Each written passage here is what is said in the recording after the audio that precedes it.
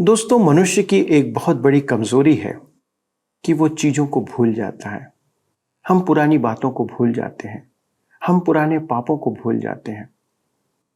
लेकिन परमेश्वर वो है जो कभी किसी बात को नहीं भूलता। वो मनुष्य नहीं कि मुकर जाए या भूल जाए, लेकिन परमेश्वर समय आने पर हमारी गलतियों को, हमारे पापों को हमारे सामने प्रकट करता है, जो हमें भविष्य में उन बातों का विचार करके लज्जित करती हैं। ऐसे ही परमेश्वर अनेक बातों को हमारे साथ बांटता है और अपने वचन के द्वारा हमें शिक्षा देना चाहता है। इस्राएलियों के जीवन से परमेश्वर इन संदेशों को हमें भी प्रदान करता है। आइए दोस्तों, मेरे साथ इस अध्ययन में शामिल हो जाइए और जानिए कि परमेश्वर किन क्षेत्रों में हमें पुरानी बातों को स्मरण दिलाना चाहता है, ताकि हम उसके निकटता में पश्चाताप करते हुए आए।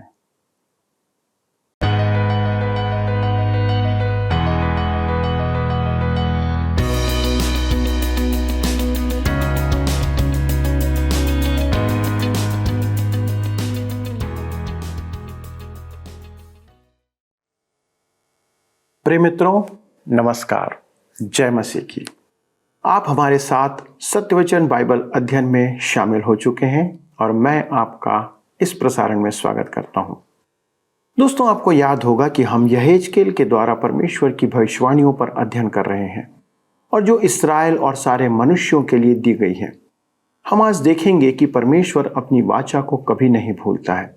वह सदा उसे पूरी तरह से याद करता है और पूरा करता है। वचन कहता है कि परमेश्वर मनुष्य नहीं कि वह अपनी बातों से मुकर जाए या उन्हें भूल जाए।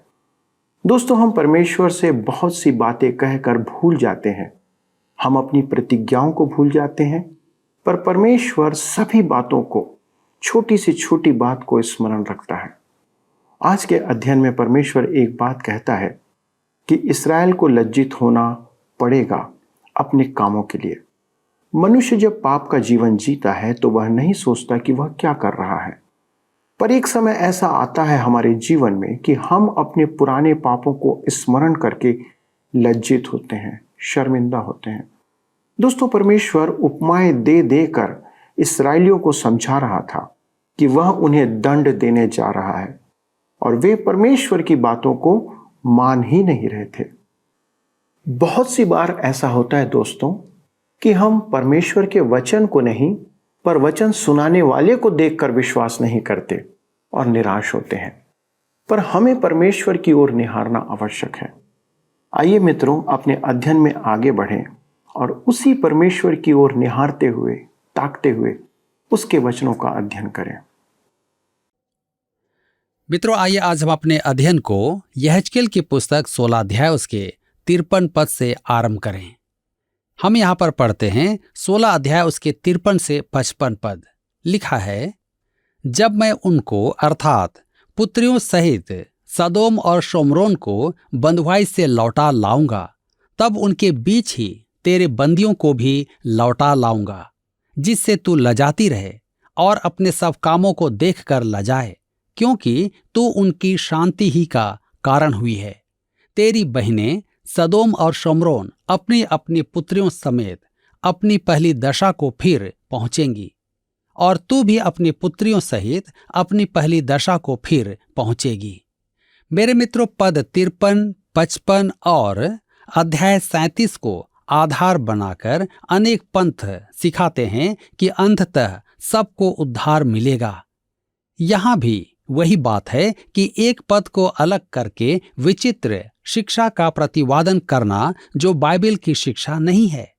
यहेजकेल 37 के 12 पद में परमेश्वर कहता है, इस कारण भविष्यवाणी करके उनसे कह, परमेश्वर यहोवा यूं कहता है, हे मेरी प्रजा के लोगों, देखो मैं तुम्हारी कब्रें खोलकर तुमको उनमें से निकालूंगा और इस्राएल के देश में पहुंचा दूंगा। यहाँ परमेश्वर दुष्ट के पुनरुत्थान और उसके अनंत जीवन में प्रवेश करने की बात नहीं कर रहा है। दोनों ही स्थानों में वह उनके स्वदेश लौट आने की बात कह रहा है। उसका संदर्भ उनसे नहीं है जो वहां वर्षों पूर्व रहते थे। यहाँ अध्याय 16 में वह कह रहा है कि सदोम नगर पुनः स्थापित होगा। मैं तो वहां किसी को आकर्षित करने वाली बात नहीं देखता हूं। मृत सागर के तट पर वहां महान विकास हो रहा है। अध्याय 37 में परमेश्वर इस्राएल के पुनरुद्धार की चर्चा करता है। पुराने नियम में हमारे पास नए नियम के समान भावी परिस्थितियों का दिव्य प्रकाश नहीं है।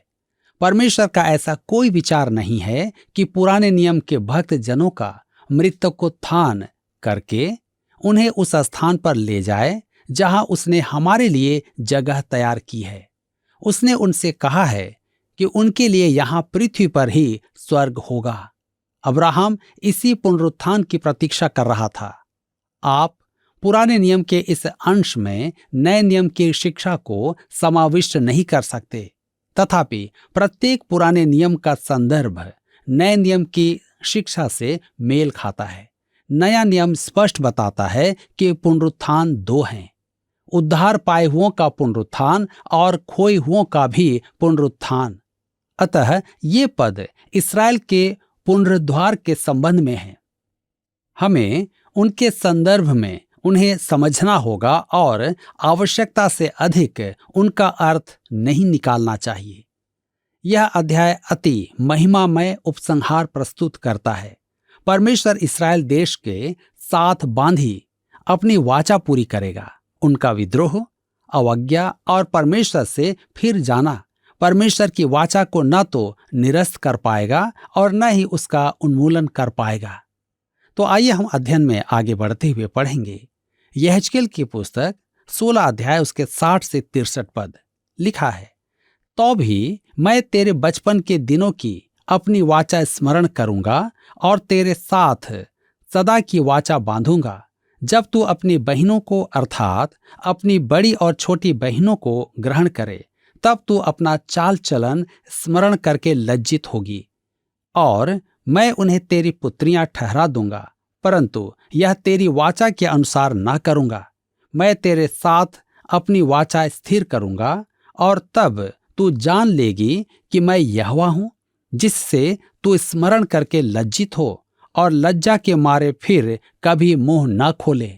यह उस समय होगा जब मैं तेरे सब कामों को ढांपूंगा। प्रभु यहोवा की यही वाणी है। मेरे मित्रों, परमेश्वर कहता है कि वह अपनी पूर्व की वाचा को ही पूरा नहीं करेगा, वरन उनके साथ नई वाचा भी बांधेगा। दुर्भाग्य से धर्मशास्त्र के ये अंश अधिक अध्ययन का केंद्र नहीं है। यदि इन्हें ध्यान से पढ़ा जाए तो समझ में आ जाता है कि परमेश्वर को अब भी इस्राएल के साथ भावी प्रयोजन है। इसी के साथ यहाँ पर अध्याय 16 समाप्त होता है और अब हम अपने अध्ययन को अध्याय 17 से जारी रखेंगे, जिसमें हम देखेंगे 2 उकाबों की पहेली। यहेजकेल के पुस्तक 17 अध्याय उसके 1 और 2 पद में लिखा है, यहोवा का यह वचन मेरे पास पहुंचा, हे मनुष्य के संतान, इस्राएल के घराने से यह पहेली और दृष्टांत कह। प्रभु यहोवा यों कहता है, इस्राएल के घराने से यह पहेली और दृष्टांत कह, क्योंकि वे सुनते नहीं थे, इसलिए यहेजकेल को यह असामान्य विधि काम में लेनी पड़ी। यहेजकेल 17 उसके 3 से 5 में आगे लिखा है, एक लंबे पंख वाले परों से भरे और रंग बिरंगे बड़े उकाब पक्षी ने लबानोन जाकर एक देवदार की फुनगी नोच ली। तब उसने उस फुनगी की सबसे ऊपर की पतली टहनी को तोड़ लिया और उसे लेन देन करने वालों के देश में ले जाकर व्यापारियों के एक नगर में लगाया। तब उसने देश का कुछ बीज लेकर एक उपजाऊ खेत में बोया और उसे बहुत जल भरे स्थान में मजनू के समान लगाया। यह बड़ा उकाब बेबीलोन और नबूकदनेस्सर के अतिरिक्त और कोई नहीं है। धर्मशास्त्र में अन्य स्थानों पर भी बेबीलोन के लिए उकाब की उपमा दी गई है।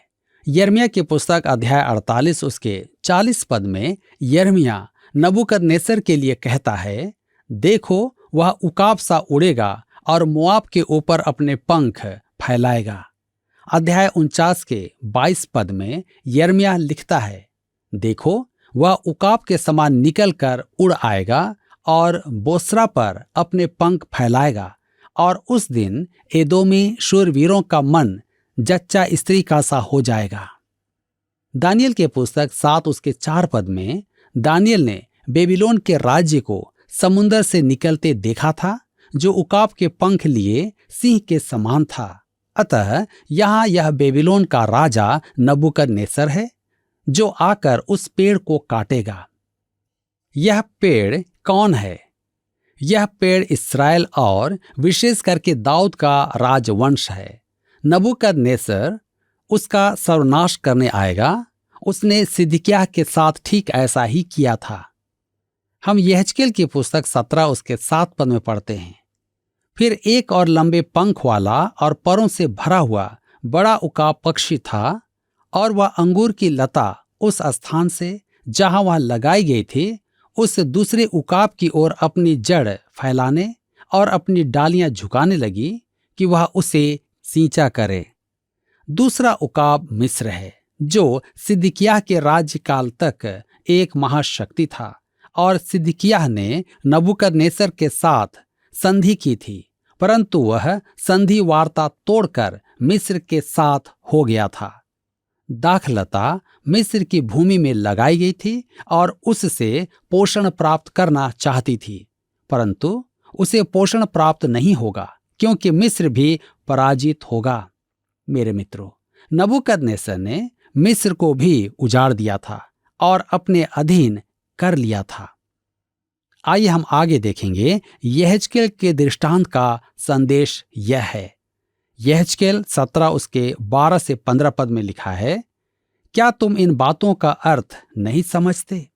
फिर उनसे कह, बेबीलोन के राजा ने यरूशलेम को जाकर उसके राजा और अन्य प्रधानों को लेकर अपने यहाँ बेबीलोन में पहुंचाया।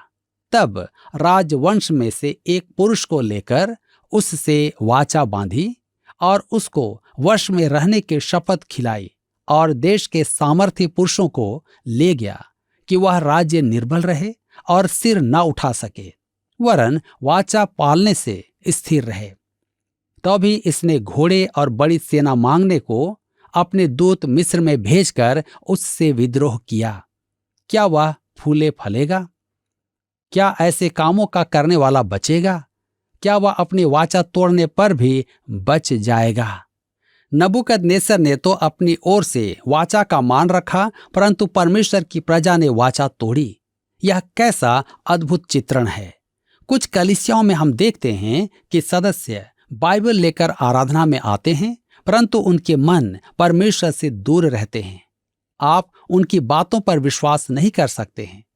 दूसरी ओर अविश्वासी और उद्धार रहित मनुष्य सत्यनिष्ठ हैं। अब नबूकदनेस्सर आकर सिदकिय्याह को नष्ट कर देगा। यहेजकेल 17 के 18 पद में लिखा है, क्योंकि उसने शपथ को तुच्छ जाना और वाचा को तोड़ा। देखो, उसने वचन देने पर भी ऐसे ऐसे काम किए हैं, इसलिए वह बचने ना पाएगा। परमेश्वर कहता है, मैं सिदकिय्याह को दंड देना चाहता हूं। मेरे मित्रों, मैं उन विश्वासियों के मध्य पाया जाना नहीं चाहता जिन्हें परमेश्वर उनके जीवन के कारण ताड़ना दे। एक दिन परमेश्वर निश्चय ही दंड देगा। यहेजकेल 17 उसके 24 पद में लिखा है, तब मैदान के सब वृक्ष जान लेंगे कि मुझे यहोवा ही ने ऊंचे वृक्ष को नीचा और नीचे वृक्ष को ऊंचा किया, हरे वृक्ष को सुखा दिया और सूखे वृक्ष को फुलाया फलाया। मुझ यहोवा ही ने यह कहा और वैसा ही कर भी दिया है। कभी कभी परमेश्वर अपने लोगों को जो उससे दूर हो गए हैं अभक्तों द्वारा दंडित करता है। इस संसार में हमें शांति नहीं है, भीतरी हो या बाहरी, हर जगह समस्या है। परमेश्वर कहता है कि हम पाप करके बच नहीं पाएंगे, दंड अवश्य मिलेगा। इसी के साथ यहाँ पर अध्याय 17 समाप्त होता है और अब हम अपने अध्ययन को अध्याय 18 से जारी रखेंगे। पाप की मजदूरी मृत्यु है। यरूशलेम इसका उदाहरण है। अध्याय 18 में परमेश्वर प्रकट करेगा कि वह प्रत्येक मनुष्य के साथ विशेष व्यवहार करेगा। यहेजकेल 18 के 1 में लिखा है, फिर यहोवा का यह वचन मेरे पास पहुंचा यहाँ फिर से स्पष्ट होता है कि यहेजकेल अपनी राय नहीं, परमेश्वर का वचन सुना रहा है। तब यहेजकेल 18:2 में लिखा है, तुम लोग जो इसराइल के देश के विषय में यह कहावत कहते हो, खट्टे अंगूर तो खाए पुरखा लोगों ने, परंतु दांत खट्टे हुए बच्चों के। इसका क्या अर्थ है? इसराइल में एक कहावत प्रचलित थी जो यिर्मयाह ने 2 बार काम में ली थी। यिर्मयाह 31:29 में, उन दिनों में वे फिर न कहेंगे कि पुरखा लोगों ने तो खट्टी दाख खाई, परंतु उनके वंश के दांत खट्टे हो गए हैं। फिर विलाप गीत 5:7 में वह कहता है, हमारे पुरखाओं ने पाप किया और मर मिटे हैं, परंतु उनके अधर्म के कामों का भार हमको उठाना पड़ा है।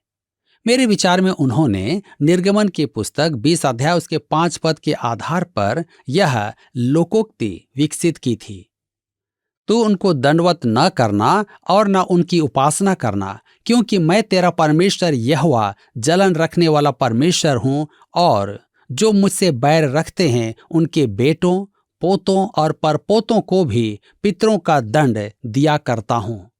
उनकी समस्या यह थी कि इस पद से उन्होंने यह लोकोक्ति विकसित की जो वास्तव में सही नहीं है। किसी पद को संदर्भ से निकालकर उसका अर्थ निर्धारण करने का यही संकट है। यह लोकोक्ति सही नहीं है कि पितरों ने खट्टी दाख खाई और वंश को भुगतना पड़ा। एक सीमा तक तो यह सही है, परंतु परमेश्वर व्यक्ति विशेष को ही दंड देता है। वह चाहे पिता हो या पुत्र, उसके कर्मों के अनुसार ही वह दंड पाएगा। यह अनंत जीवन का दंड नहीं है, इस जीवन में ही वह दंड पाएगा जो परमेश्वर की आज्ञा न मानने का दंड है। हम यहेजकेल 18:3 में पढ़ते हैं, प्रभु यहोवा यूं कहता है कि मेरे जीवन की शपथ, तुमको इसराइल में फिर यह कहावत कहने का अवसर ना मिलेगा। कहता है मेरे जीवन की शपथ, या इसका अन्य रूप इस अध्याय में 13 बार आया है, और मर जाएगा 14 बार आया है। यहां हमारे लिए जीवन और मृत्यु को रखा गया है, परंतु यह अनंत जीवन और अनंत दंड नहीं है। परमेश्वर इस जीवन में मनुष्य को दंड देने की चर्चा कर रहा है। अतः हमें इस दृष्टिकोण से इस संपूर्ण अध्याय का अध्ययन करना होगा। आइए हम पढ़ें यहेजकेल 18:4। लिखा है, देखो सबों के प्राण तो मेरे हैं, जैसा पिता का प्राण वैसा ही पुत्र का भी प्राण है, दोनों मेरे ही हैं। इसलिए जो प्राणी पाप करे वही मर जाएगा। मेरे प्रियो, परमेश्वर यहां कहता है कि प्रत्येक प्राणी उसका है। यदि पितरों का पाप किसी पर आता है तो वह इसलिए कि उन्होंने अपने पितरों की दुष्टता का मार्ग चुना है। प्रत्येक मनुष्य अपने पाप के कारण मारा जाएगा। हम व्यवस्था विवरण की पुस्तक 24:16 में देखते हैं, पुत्र के कारण पिता न मार डाला जाए और न पिता के कारण पुत्र मार डाला जाए। जिसने पाप किया हो वही उस पाप के कारण मार डाला जाए। इसलिए जो प्राणी पाप करे वही मर जाएगा। एक दिन परमेश्वर प्रत्येक मनुष्य का न्याय करेगा।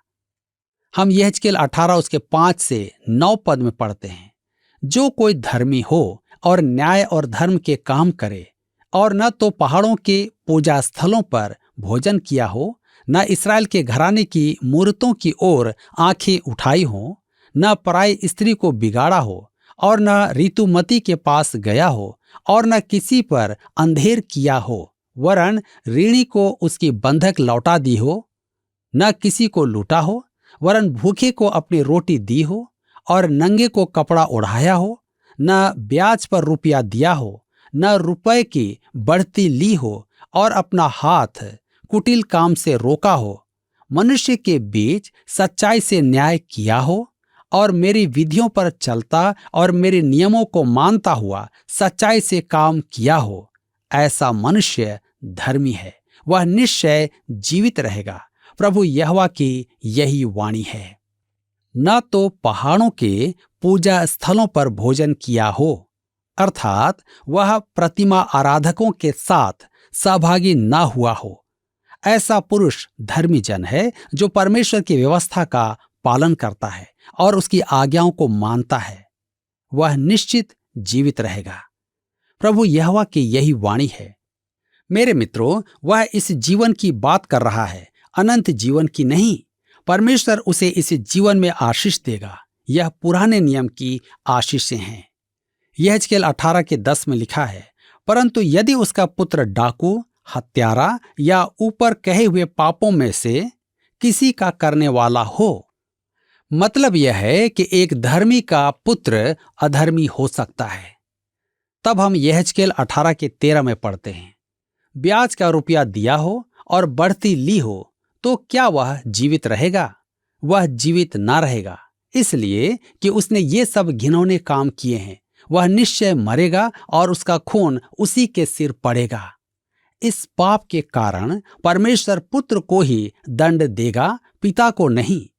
यहेजकेल 18:14 में हम पढ़ते हैं, फिर यदि ऐसे मनुष्य का पुत्र हो और वह अपने पिता के ये सब पाप देखकर भय के मारे उनके समान न करता हो। दूसरी ओर पुत्र अपने पिता की दुष्टता पर चलना ना चाहे। इस्राएल के इतिहास में ऐसे अनेक उदाहरण हैं।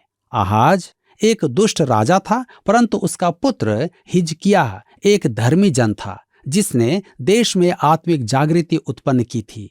योशिय्याह एक बहुत अच्छा मनुष्य था, परंतु उसका पिता महादुष्ट था। यहेजकेल 18 उसके 17 और 18 पद में लिखा है, दीन जन की हानि करने से हाथ रोका हो, ब्याज और बढ़ती ना ली हो, मेरे नियमों को माना हो और मेरे विधियों पर चला हो, तो वह अपने पिता के अधर्म के कारण न मरेगा वरन जीवित ही रहेगा। उसका पिता जिसने अंधेर किया और लूटा और अपने भाइयों के बीच अनुचित काम किया है, वही अपने अधर्म के कारण मर जाएगा। मेरे मित्रों, परमेश्वर कहता है कि प्रत्येक मनुष्य का जैसा वह जीवन जीता है उसके अनुसार न्याय किया जाएगा। ध्यान में रखें कि यह अनंत जीवन का न्याय नहीं है। वह यहाँ इसी जीवन के दंड की चर्चा कर रहा है। वह चाहता है कि इस्राएल जाने कि वह इस आधार पर उन्हें दंड देगा। यहेजकेल 18:20 में हम पढ़ते हैं, जो प्राणी पाप करे वही मरेगा। न तो पुत्र पिता के अधर्म का भार उठाएगा और न पिता पुत्र का।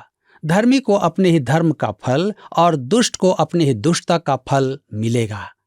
जी हाँ, जो प्राणी पाप करे वही मरेगा। यह 2 बार कहा गया है, यहां और पद 4 में भी। आज हम में से बहुत सारे लोग यह सोचते हैं कि हमारे पुरखाओं की सजा हम भुगत रहे हैं। जी नहीं, आप अपने ही पापों के कारण कष्ट उठा रहे हैं। समय है कि आज हम अपने जीवन को ठीक करें ताकि हम परमेश्वर की आशीषों को प्राप्त करने वाले बने। परमेश्वर आज के इस अध्ययन के द्वारा आप सबको आशीष दे। तो मित्रों, आज आपने देखा कि हमें एक धर्मी मनुष्य की परिभाषा वचन के द्वारा से दी गई है। यह जीवन जीना ही धार्मिकता का प्रगटीकरण है।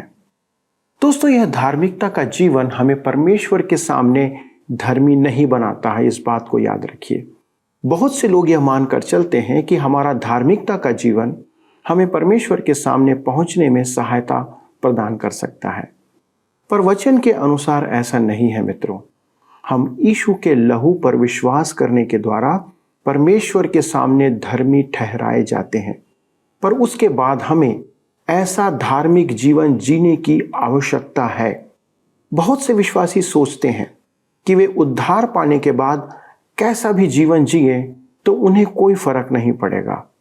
परमेश्वर ने जब हमें धर्मी ठहराया है तो हमें उसके बाद परमेश्वर के वचन के अनुसार धार्मिकता का जीवन व्यतीत करना है। ना केवल इतना, पर परमेश्वर यह भी कहता है कि हर कोई अपने पाप का दंड भोगेगा। मित्रों, हमें यह ध्यान रखना है कि यदि हम पाप और अपराध करते हैं तो परमेश्वर उसका दंड और परिणाम हमें देगा, और यदि हम संसार में गलत काम करेंगे तो हमें उसका फल भुगतना पड़ेगा। परमेश्वर यह बात ना केवल इस्राएल से पर सारे मनुष्यों से कहता है। दोस्तों, यहाँ पर मुख्य बात यह है कि क्या हम दूसरों का परिणाम देखकर अपने जीवन में परिवर्तन लेकर आते हैं। परमेश्वर मनुष्यों से यही चाहता है कि हम सही मार्ग पर चलें और वचन के अनुसार आदर्श जीवन जीते रहें। हमारे सामने वचन में और हमारे आसपास अनेक ऐसे उदाहरण हैं जिनसे हमें शिक्षा लेने की आवश्यकता है, क्योंकि एक दिन हम सभी को परमेश्वर के न्याय आसन के सामने खड़ा होना है। क्या आप उसकी तैयारी कर रहे हैं मित्रों? आइए दोस्तों, उसी तैयारी में हम उसके सामने प्रार्थना में जाएं। हमारे स्वर्गीय पिता परमेश्वर, प्रभु यीशु क्रिस्त के नाम से आपके सन्मुख आते हैं। धन्यवाद देते हैं पिता परमेश्वर कि आप निरंतर अपनी बातों को, शिक्षाओं को हम पर प्रकट करते रहते हैं, अपने वचन के द्वारा और हमारे आसपास के वातावरण के द्वारा। प्रभु अनुग्रह करें कि हमारी आंखें खुल जाएं। अनुग्रह करें प्रभु कि उन बातों को देखकर हम आपकी आज्ञाओं को स्मरण करें। बहुत सी बार हम केयरलेस जीवन जीते हैं, हम ऐसा जीवन जीते हैं जो कि वचन के बिल्कुल विपरीत होता है। प्रभु हम पर दया करें। हमारे सभी दर्शकों के लिए प्रार्थना करते हैं जो अपने जीवन में कई एक क्षेत्रों में संघर्ष कर रहे हैं। कुछ ऐसी बातें हैं जिन्हें वे छोड़ना चाहते हैं अपने जीवन से, परंतु वे अपने आप को असमर्थ पाते हैं। पिता दया करें, उन्हें मनोबल प्रदान करें, उन्हें ऐसी आत्मिक सामर्थ्य दें कि वे पवित्रता का जीवन जीते रहें, क्योंकि हम सबको एक दिन आपके न्याय आसन के सामने खड़ा होना है। आपकी दया, आपकी करुणा जो निरंतर हम पर बनी रहती है, उसके लिए धन्यवाद देते हुए विनती को यीशु क्रिस्त के नाम से मांगते हैं, आमीन। प्रिय मित्रों, आज के दिन आपकी उपस्थिति के लिए मैं आपको धन्यवाद देता हूं। मुझे विश्वास है कि आज के वचन ने आपको एक नया मनोबल दिया होगा और परमेश्वर की सुरक्षा निरंतर आपके जीवन में बनी रहेगी। अगले प्रसारण में इस अध्ययन को आगे बढ़ाएंगे, लेकिन आपसे ये निवेदन है कि अपने प्रश्नों को या अपने विचारों को हमें फ़ोन, SMS या पत्र के द्वारा हमारे साथ बांटें। प्रभु आपको आशीष दे। आइए अब हम प्रश्नों को देखें। पिछले प्रश्न का उत्तर है बी, फल देना। दाखलता जिसकी तुलना इस्राएल से की गई है और नए नियम में विश्वासियों से, उसका एकमात्र उद्देश्य फल देना है। आज के अध्ययन पर आधारित प्रश्न है, जिस दंड की चर्चा अध्याय 18 में की गई है वह खाली स्थान के संदर्भ में है। ए, अनंत जीवन, बी, इस्राएल, सी, हमारे, डी, इस जीवन। मित्रों, इस प्रश्न का उत्तर हमें कल सुबह 6 बजे से पहले विकल्प A, B, C या D के साथ अपना नाम, पता, स्थान के साथ 9651433397 पर SMS या WhatsApp करें। क्या आपको यह कार्यक्रम पसंद आया? अभी हमें एक मिस कॉल करें और आप अगले विजेता हो सकते हैं।